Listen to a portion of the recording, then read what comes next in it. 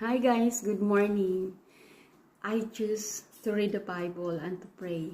So this time in the season of my life, it's been hard. It's not easy. But in Philippians chapter 4:13, I can do all things through Christ, He gives me strength.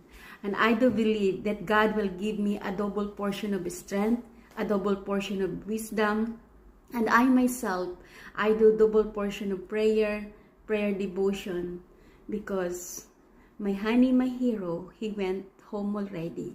So I know I'm not by myself, because in our marriage, the center of our marriage is Jesus, the Lord of Lords and the King of Kings.